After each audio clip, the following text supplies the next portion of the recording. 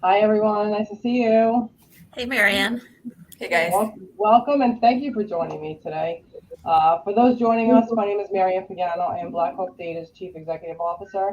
We are a woman-owned solutions provider at MSP out of the New York City area, and this is our quarterly Women in Tech podcast. So I welcome you guys all here today. I want to introduce my panel. I'm going to start with Chris. So I love that you call me Chris, because of course you never have, Marianne. No. Okay, I'm Chris Wolf. I'm with PTC, which is a Boston-based publicly traded software company.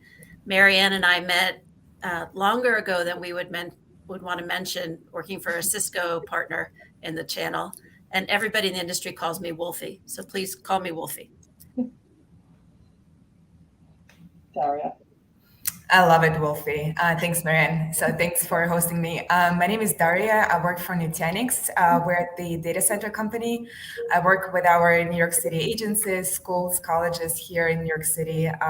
Looking forward for this discussion. Dawn. Hi, I'm Dawn Ringstaff. I am joining you guys out of Texas. So I didn't say y'all. Did you notice that? I said you guys.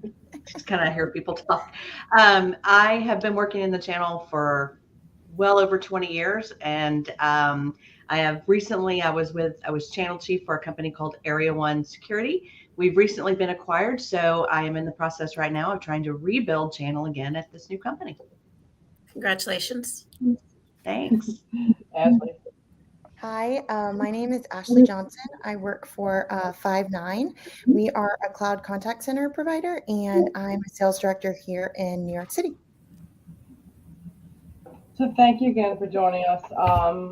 I think for me, being a woman in tech for all this time, right, and Wolfie, you and I started a really long time ago, right, and, for us to make it work for us, right, it takes a lot, right, we have to work harder, work smarter, kind of constantly prove ourselves, right, and, Dawn and I have this conversation on a monthly basis during our Women of the Channel events. For me, I always ask, what gets you into tech? And I always tell people, tech kind of finds you. You don't really find tech. I don't know many people who've actually picked that, especially from the female side. So I'll give you my story and how I got into tech. Technically, it was my grandmother. And I tell the story because it makes me seem super old. So my grandmother was like, hey, you need a job because your mother's going to basically kill you because you didn't go to school. So here's this job in the penny saver. And she circled it. And Dawn, it's funny enough, that was Eric Roosevelt's company. So that's how long that goes back. So I got a job as a receptionist, and it was tech. It was a tech firm back in the late 80s, early 90s. And I worked as a receptionist, and I had to kind of work my way up and around, and I had to really kind of prove myself and business experience, and someone gave me a shot to answer the phone. And it was really I was a Cabletron reseller way back in the day, and I had to kind of work my way up from receptionist to a marketing person, right? So putting together marketing slicks, because well, back then you couldn't go to the internet and look for marketing information. So building a marketing team and learning to do that, just kind of getting my hands into everything. So it was actually thanks to my grandmother, I'm technically where I am today. I kind of wish she was here to see where I was, but I know she does. So that's my story into how I got into tech. Wolfie, what about you? Marianne, when I graduated university, I thought I was all that in a bag of chips and completely flailed in corporate recruiting. All my friends were working for consulting firms, and I finally found what looked like a bank training program. It was actually a contact center. So Ashley, I can appreciate the contact center solutions you have. It was quote a bank training program, but we gave people their balance over the phone, and we would look up Larry Bird's balance in Boston. That's how security was back then. went out to dinner with some girlfriends, and this really amazing, dynamic woman joined us. And I said, "What does she do? Because whatever that is, I want to do it too." And she hired me as her inside sales rep. So I took my headset and moved from the bank to a cubicle, and the rest was history. Sorry, how about you? I love it. So it's my first time talking to all these incredible women here today, but I think all the stories start in contact centers. So this is actually how I started. I was 17. I was looking for a part-time job during my college years. So somewhere I can work evenings and weekends. So I started this contact center, and they gave me this assignment to pretty much just call down the yellow pages, all random people, and sell furniture over the phone. I was horrified. It was like the most unpleasant back then for me job ever, and they quickly reassigned me to another project just to carry out a questionnaire and ask people like, what are your political views, how much money do you make, all of that. But I ended up spending there about 3 years, getting promoted there, doing some analytical work, some reports. So I kind of get more excited about tech starting over there. So it gave me like a good base to start with. That's interesting. Cold calling is tough. I've learned to do it, but it's not pretty. Dawn, how about you? Well, I guess I'm going to kind of show my age here. I was working as a paralegal because I was trying to decide, did I want to go on to law school or did I want to be a teacher, right? Those were kind of my two choices. And after several years, one of the attorneys that I was working for in corporate, I had quickly decided, first I have an 8-month-old baby and an 8-year-old. And I was like, this is not what I want to do, right? First, shame on me for saying so. Teachers don't make enough money. And I really don't think I like attorneys, so I don't think I want to be one. And this particular gentleman came to me one afternoon to let me know he was leaving the company because he had invested heavily in an internet startup company, which that kind of shows it's that late 80s, early 90s timeframe of an internet startup company. What did that mean, right? It meant you had a bank of 14.4 modems that made noise all day long, which some people may not remember. But this also became my big leap of faith and a risk take for me as well. I was like, you know what? I don't want to do this anymore. I want to go with you. And I did, but it meant, again, with an 8-month-old baby and an 8-year-old, it meant driving 2 hours one way to get to work. It meant giving up benefits. It meant a salary decrease because at the time it was a small company, right? And then I can just go forward 28 years talking about the different steps of just saying, the internet sounds like a really cool thing. I'm going to do it, right? That was it. That's how it happened. Yeah, I remember those days, so you're talking to the wrong person. Ashley, how about you? So I actually did go to law school. I have a very interesting journey. I practiced law for 3 years, and when I graduated was when the economy was like tanking, and when I graduated undergrad, so everyone was pretty much getting JDs or MBAs at the time.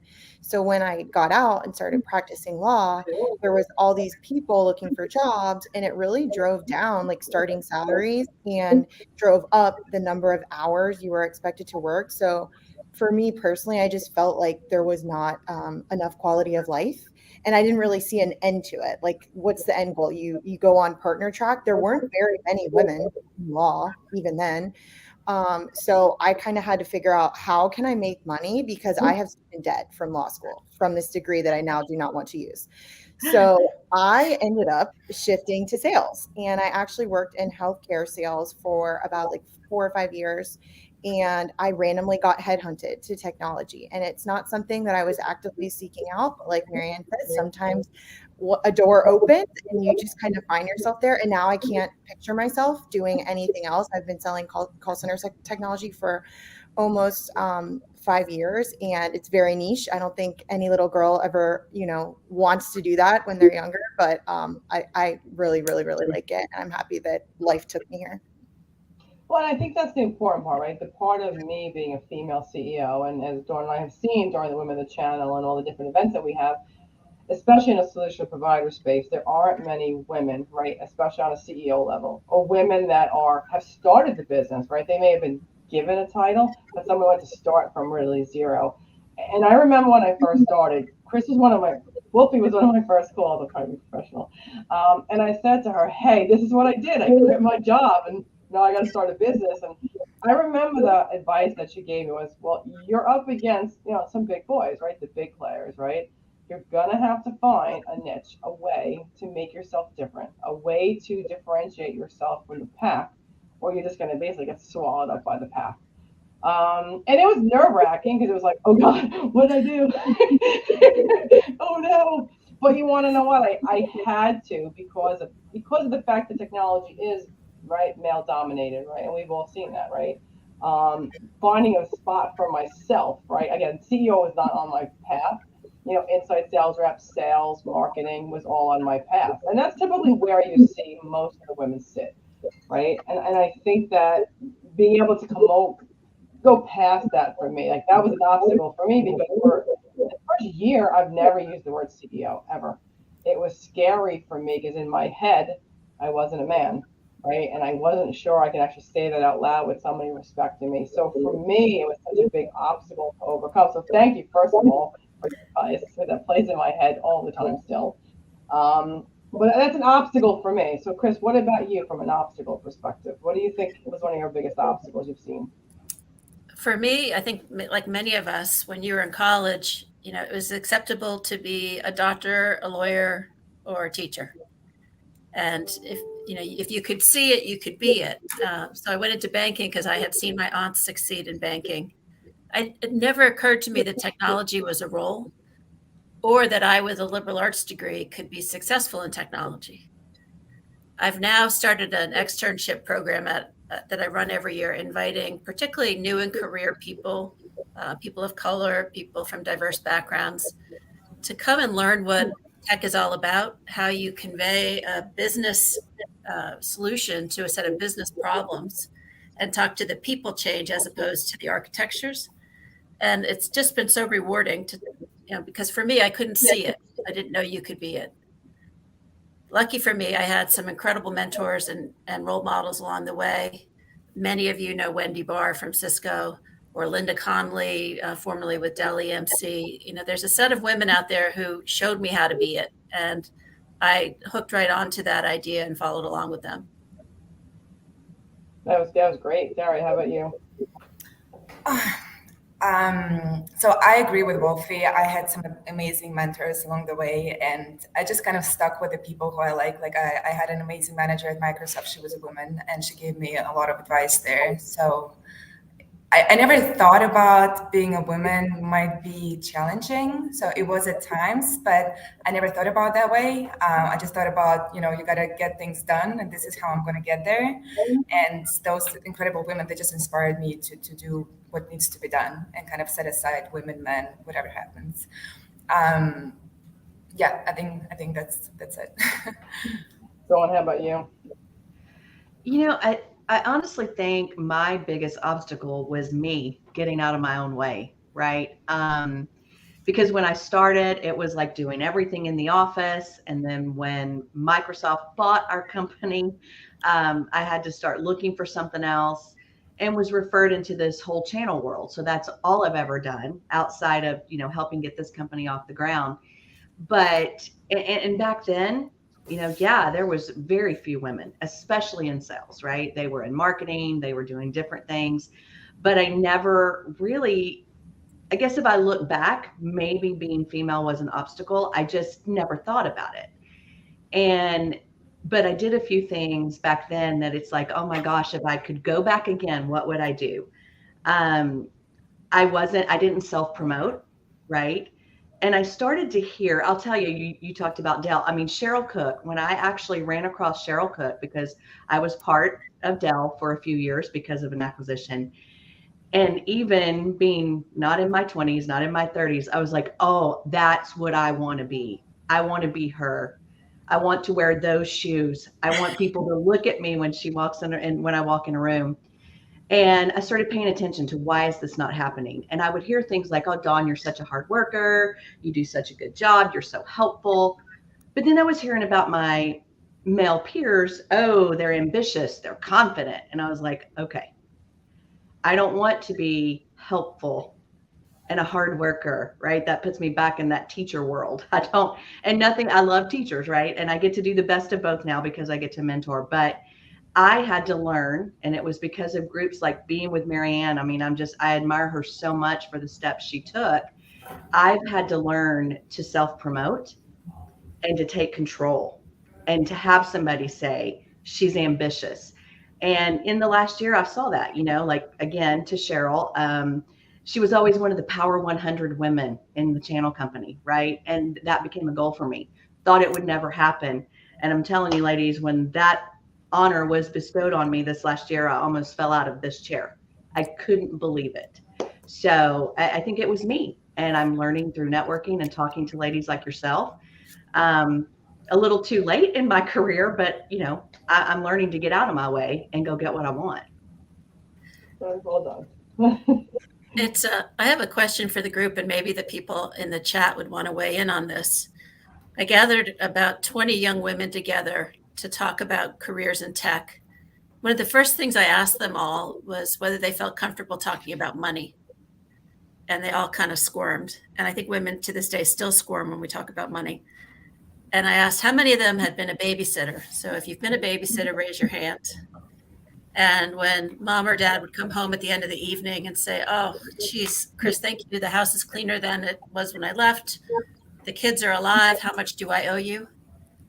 What was the answer that you as a woman or a young girl might give to that question? Whatever you think. Whatever you want to pay me is fine. Yeah.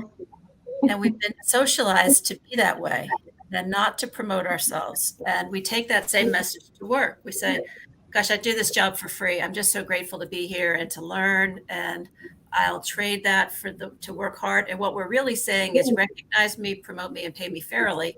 But we've never been taught to say those words out loud. No, Agreed. not at all. So Leslie, what about you? sat my daughter and her friends down and I told them how to talk about money. Money's hard. Money's hard. Ashley, you're in sales like me, right? So it's Dari. We have to negotiate a sale. It's hard for the women to do that. It really, truly is.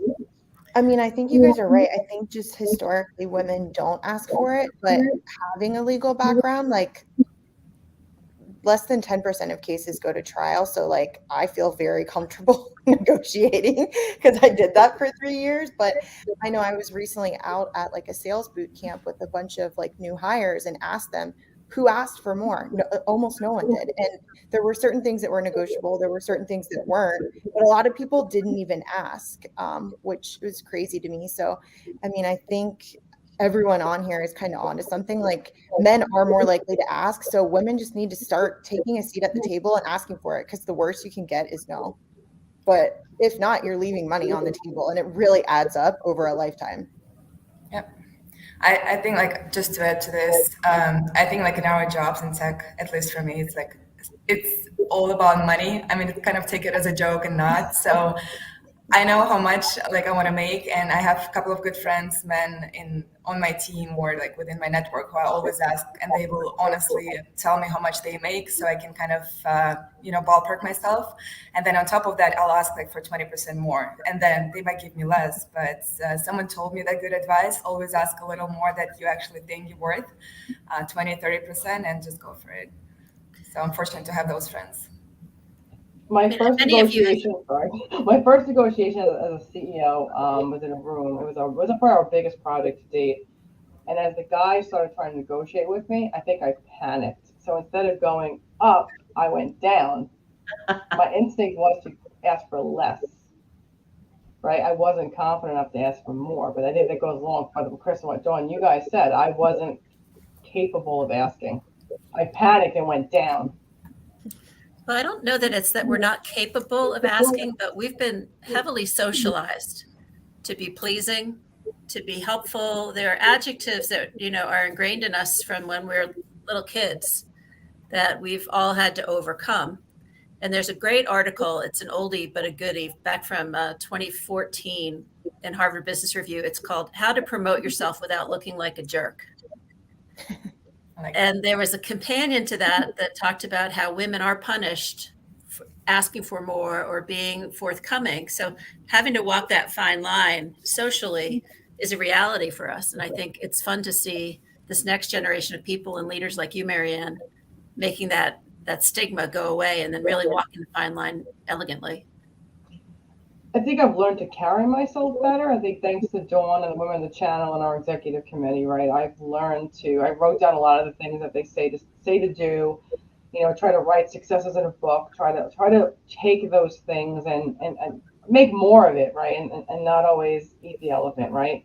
And I try to I don't take praise well either. I don't think many women do, right? You're not used to taking praise well. So learning to take that better and run with it and do something with it, right? And be able to shape yourself and your own career and your mindset, right? I can walk into a room now and I know I have a title, right? I know who I am.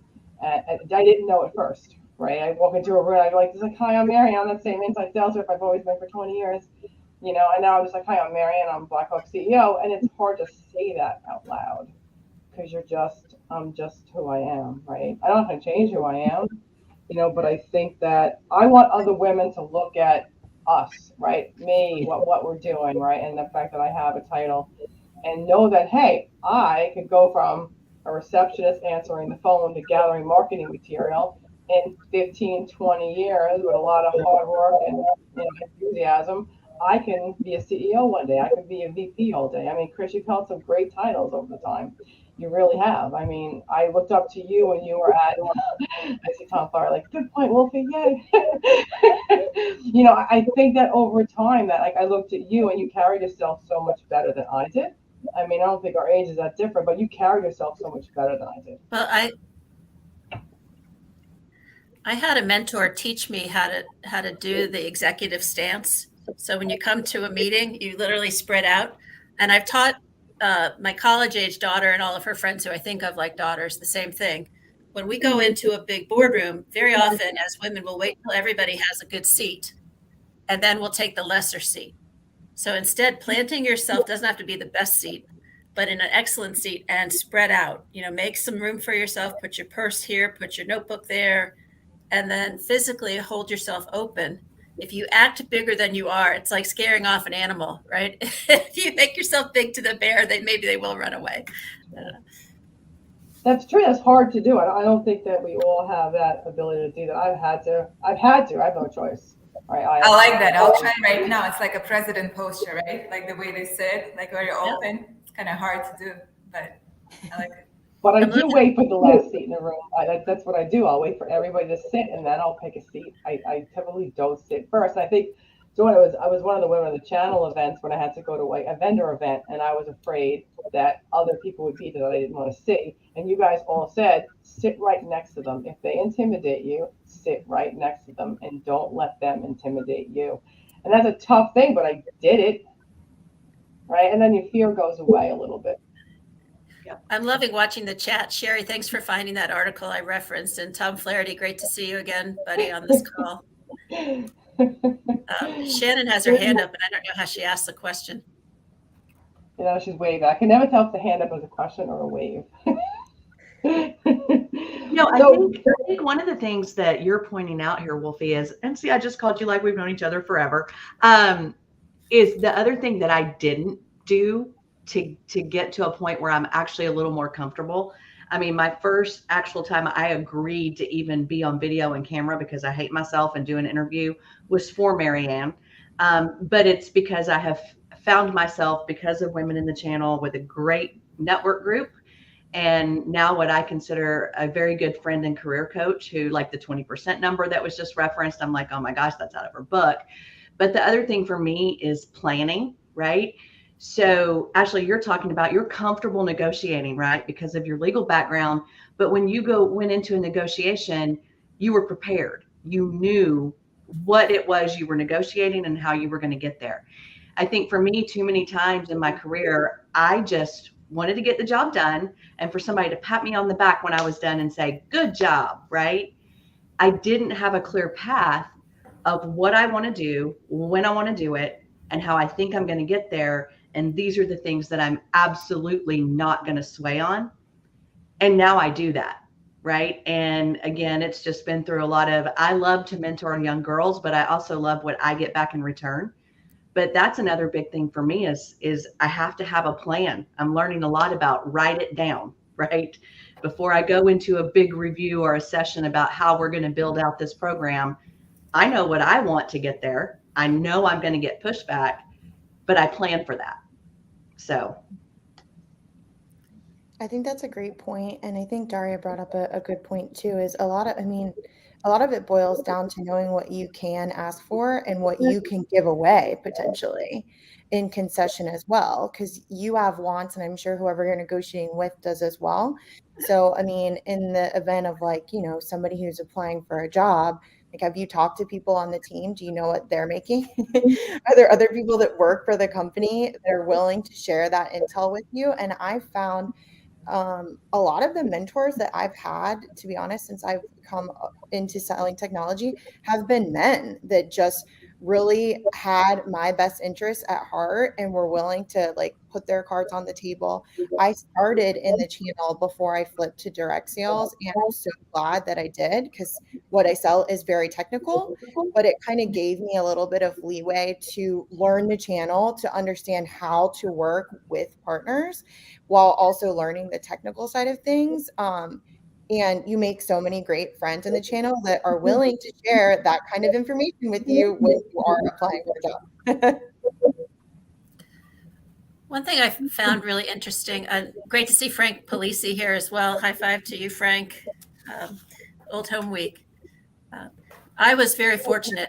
Jerry Brown, who some of you may know, took me under his wing, and well, mentors will help you learn job skills or career skills, like how to look confident or how to write a presentation or how to carry yourself. A sponsor will actually put themselves out there and speak on your behalf and recommend you when you're not in the room. And I've asked my mentees, who is your sponsor? And if you don't know, you may not have one. So asking for mentoring is kind of a polite way to say, would you speak up for me? I think you have to be more specific and find people who have power and say, I'm really interested in our business. I know I have these things to add. I need to build up these skills. If the company is looking for this set of capabilities, I'll trade that in order to learn these following things that I don't have under my belt yet. Would you speak on my behalf?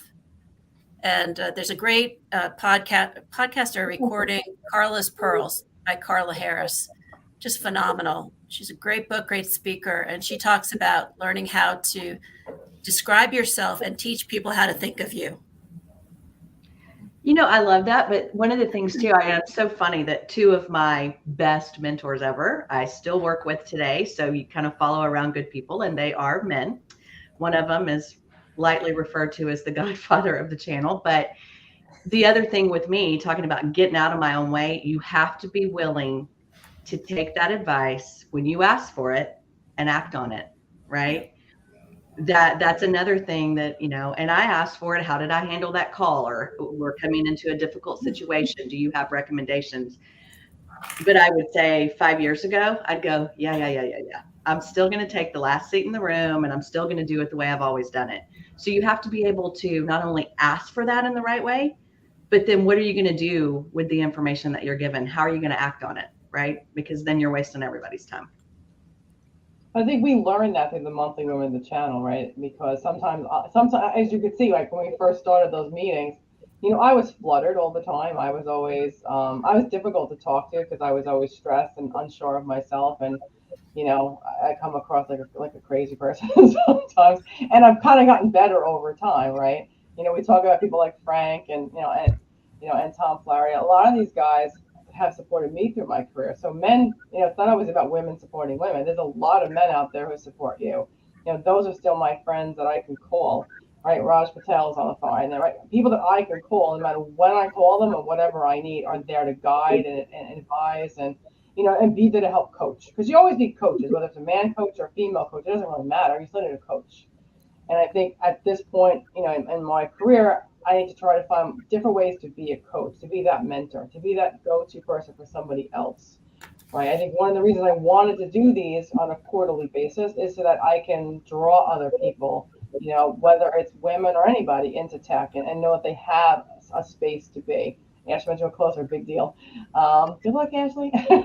You know, I think for us, it's important for us to have people to go to, whether it's each other, I take a lot out of Women in the Channel. I do. I've written a lot of notes from that. Val Wright runs the group, and she's really good about, picking up when I'm positive, when I'm not, and advice. And everyone's making you stop and look at yourself and figure out, okay, well, you did do this. Look where you are, and you don't do that always in yourself, right? And I think that having those coaches is important, right? Having those Jerry Browns in your life, right, are important because you need people like that to help get you through to the next week, the next day, the next month.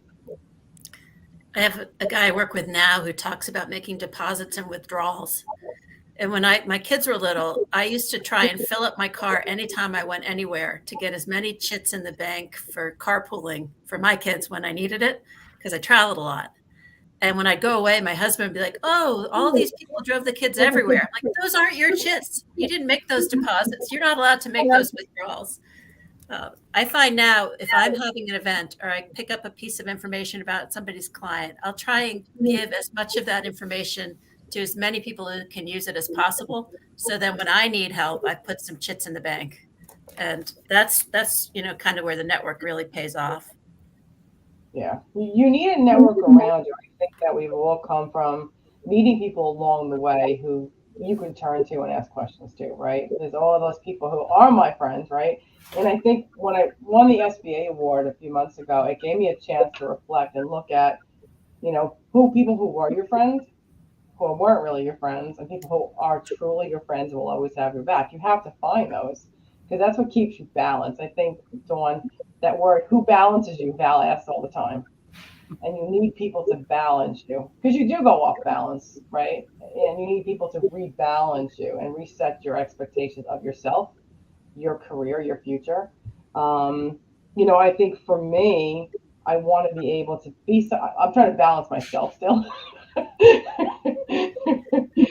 think I bit off a whole lot and I'm still trying to rebalance myself. I assume when I feel balanced, then I feel unbalanced again. So I think I'll be balancing myself forever. But having someone, Chris, like you to call when I needed somebody, I need a female's perspective of what do I do now? And there aren't that many you can call.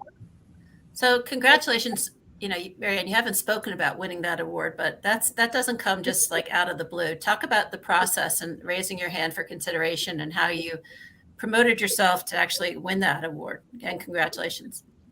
Thank you. I know it was hard because there's thousands of entrepreneurs in the U.S. Small Business Administration, and it was like, well, do I really deserve it? Did I really do anything? Like, what have I really done? I started a business and I tried, but then when you really kind of think about it, and you have to write up the questionnaires, and it goes to your local SBA center, which is here in Farmingdale, Long Island, and they have to read through all the nominations and the requests that they get, and then you go through interview processes. And then you get an email one day that just says, hey, you won, you're female entrepreneur of the year. And it's kind of cool because it's like, wait a second, I actually did win. And it's exciting because, again, if you look at the CRN's top 500, the CRN top fastest growing 150, the amount of female CEOs in that list are just so small. And I think there's 3 of us in the top, the fastest growing 150. There's probably 10 of us in the 500. This is so inspiring. Congrats. What made you, I'm sorry about that. What made you, because we've been talking for over a year now and your balancing act, what pushed you over the edge to go ahead and make time? Because that took time out of your busy schedule, the business that you own and you're running. And we've talked earlier today about not always being able to have a full staff. So what pushed you over the edge to go, you know what, I'm going to do this because I deserve this? So when I first started the business, the SBA was probably one of the first people I reached out to because now you go from having a job where you're really, really busy to all of a sudden you have like nothing to do. Nobody calls, right? So I'm like, well, what do I do now? So I called up the SBA and I went to go see them. So when the Entrepreneur of the Year came around, they reached out to me and said, hey, we'd love you to throw in your story. And then I was like, yeah, no, I'm good. I'm too busy. I'm not going to win anyway. And I was like, you know what? I'll just give it a try. And I spent a weekend just thinking about it. And then they were so happy with the article that was written. And then I got to do the SBA video on the thank you video, which is posted on our website. And it gave me a chance to reflect about women in tech. And that's when I thought about you, Wolfie, is that one of the people I spoke to in the very beginning was like, you crazy person, what'd you do? And it was hard. And, I think for me, Dawn, I think the time when Val, during one of our meetings, said, you're like, you need a balancer. You need to rebalance yourself. You need to pull yourself back together, pick yourself up, and rebalance yourself. And that was the moment I knew I was kind of off the rails, and I had to rebalance myself and try to stay as balanced as I possibly could, right? I can't unbalance by that much. I still unbalance, but I don't unbalance as much, right? I try to stay in that medium balance, right? It's always going to be a balancing act in business. It's just you don't want to go so far off the rails. And yes, Tom Riley, I was an order processor. I was an inside sales rep most of my career. And yes, look at me now, man. Congratulations. I think for me, it's about being able to encourage. Tom's daughter Jackie works for us now, and she's awesome. She's a young girl who is interested in tech, interested in making herself, right? She doesn't know what she wants to do, but she's me 20 plus years ago, right? Coming into an industry, which is have more women than it had when we all started, right? But now she's got a mentor in me. She's got someone in me that she can look to for help and guidance and training. But I see me in her, right? Because she wants to learn and it's just sponge and absorb, right? And I'm hoping she can be I can be that first person that she has that can really give her that chance in this industry. Because I think it's a great industry. We've all lived in this forever. So I think we're in a great industry. I told you time goes fast. Look what you've done. Look in the comments from Shelly. Oh, I know. She's going to say yes and get out of her way and venture into tech. This is what you wanted to accomplish. That's awesome. Yeah, it is. It's really what you do want to accomplish. And that's what I tell everybody. If you could find one person, right, one person to promote, one person to look at you, and one person, that you can encourage, whether it's Tom Riley's daughter, Jackie, whether it's Shelly, right? One person that we can encourage. That's a job well done for us, right? In a 45-minute session, for us, that's a job well done, right? And I think that it's up to people like us who have kind of made their mark to kind of bring somebody in behind us and help them shape their future, like somebody helped us, like Jerry Brown did for you, like a lot of people did for me. Well, I would encourage every woman to go in tech. I think it's the industry is so unique. There are not that many women, and just by being women in tech, you can take advantage of this. Like I always looked at this way. I'm like, I'm the only one among like 10 other guys in the room. I'm different, and I'm going to stick up, and I'm just going to be who I am and kind of take it to my advantage. I didn't feel like I'm a woman, that's why I have to be quiet or don't ask questions. I always felt like they're going to remember me because I'm different than them. So it's a great, sphere to be in. And I think that's being your authentic self, just as you said, Daria, being who you are, bringing all of what you bring to the table, and knowing that you deserve to be there. I think one thing I wrote a blog ages ago called Take Heart Liberal Arts Majors. We need more non-techies in tech than we need techies. We need people who can help manage people, who can pay the bills, who can promote with marketing, who can all kinds of things that are necessary. But you want to enter an industry that's growing, and there's no industry, maybe bar med tech, that's growing faster than we are. So if you want to have a successful ability to take care of yourself and build a nest egg, please come into tech, whether you don't have to code to get into our business. And you know what? I have a really good example that you also have people coming out of tech have a lot more to offer to the tech business than one would think. We have a young lady that's part of our marketing team who came over from Walgreens, and she was part of the Walgreens reward program or something. And my first initial reaction was, oh, well, I guess it's marketing maybe. But oh my goodness, I mean, their consumer business and how they've drawn people in, she's brought some of that here. And she has such bright, out of the box ideas that I learn from her every week. So, that's the other thing is don't think I don't know anything about it. Bring what you do know and apply it to this industry. It's really good, Dawn. You guys are a great pals. We have 5 minutes left. So advice to your younger self, advice to anyone wanting to come into tech. So Wolfie, what would you besides what you gave me? I would have I had a great experience in marketing where I did a lot of innovative things. I bought the first license for Salesforce.com with my credit card for all of Dimension Data. I found this company Eloquo when it was a 10-person startup in Canada and set up click tracking that allowed us to do very cool flywheel campaigns. I would have moved into sales faster than I did because I realize now I could have made a lot more money over the course of my career by being in sales earlier. I wouldn't have put up with bad behavior from people. I've had men and women bosses, some of whom have been terrific, some have not been terrific, and I wouldn't have stuck around the turkeys as long as I did in some cases. Very true. How about you, Dawn? What's your advice? I think it goes back to where I started, is know what I want and go after it with a passion, have a plan, and get out of my way. Because I think back so often is, if I had this attitude that I have today, 15, 20 years ago, where would I be? Right. And believe me, I don't have a problem where I am at all, but it's kind of funny that in my 50s, I feel like I've grown up so much in the last 5 years. Right. And now I want to start all over and do it again with what I know right now. So, not you. Younger self.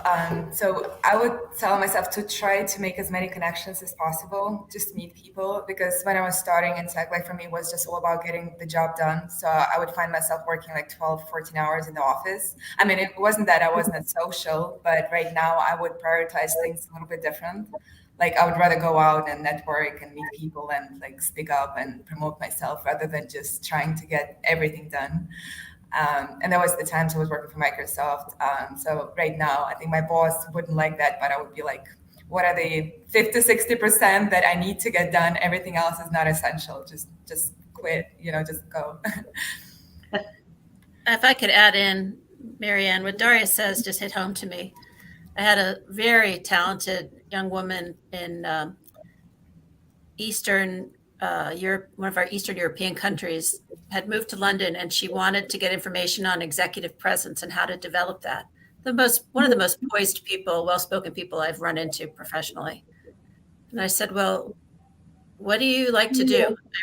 I read business books. Do you like to go play golf? No, I don't. I have a family I take care of.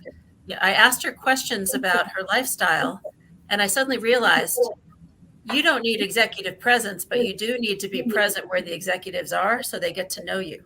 So burning the midnight oil until 2 a.m. in your home office to have a perfect presentation versus being with the crew and trying something you haven't ever done before. Maybe it's golfing, maybe it's cycling, but be where the executives are so you can build those relationships. Good point. Yeah. And if you are an executive, think about the events that you host so that they are more inclusive of other people. Ruba Bordo and I at Cisco made a promise that we would have no more steak dinners. We would have 6 a.m. Soul Cycle and then Starbucks afterwards. And that's how we did all our Cisco Live events. Wow, that's amazing. Awesome. That's true. I mean, listen, I work late hours, weekends. No one sees that, so no one knows you're doing it, right? So you have to really be present when the people that you're trying to work with or for are present, and kind of make yourself known. And I think there's plenty of opportunity, like you said, for women in tech, for anyone in tech. If you don't have to be a techie, a coder, an engineer, there's so much out there for people to grab onto, whether it's marketing or sales or finance or operations or project managers. I mean, there's so much out there. There's so much opportunity for people to just be in tech and not be that techie person. I've never been techie, but I've been in many different roles. And I think that's what helped shape me for who I am today, is having that ability to do lots of different things like we all had a chance to do. But I thank you guys very much for today. You guys were an awesome panel. Thank you for the comments. Thank you to everybody. We will see you in December for our LinkedIn Live, giving back to Raj Patel and his organization for women in school. So thank you very much. Thank you to my panel. Signing off now. Thanks, everybody. Enjoyed it. Bye.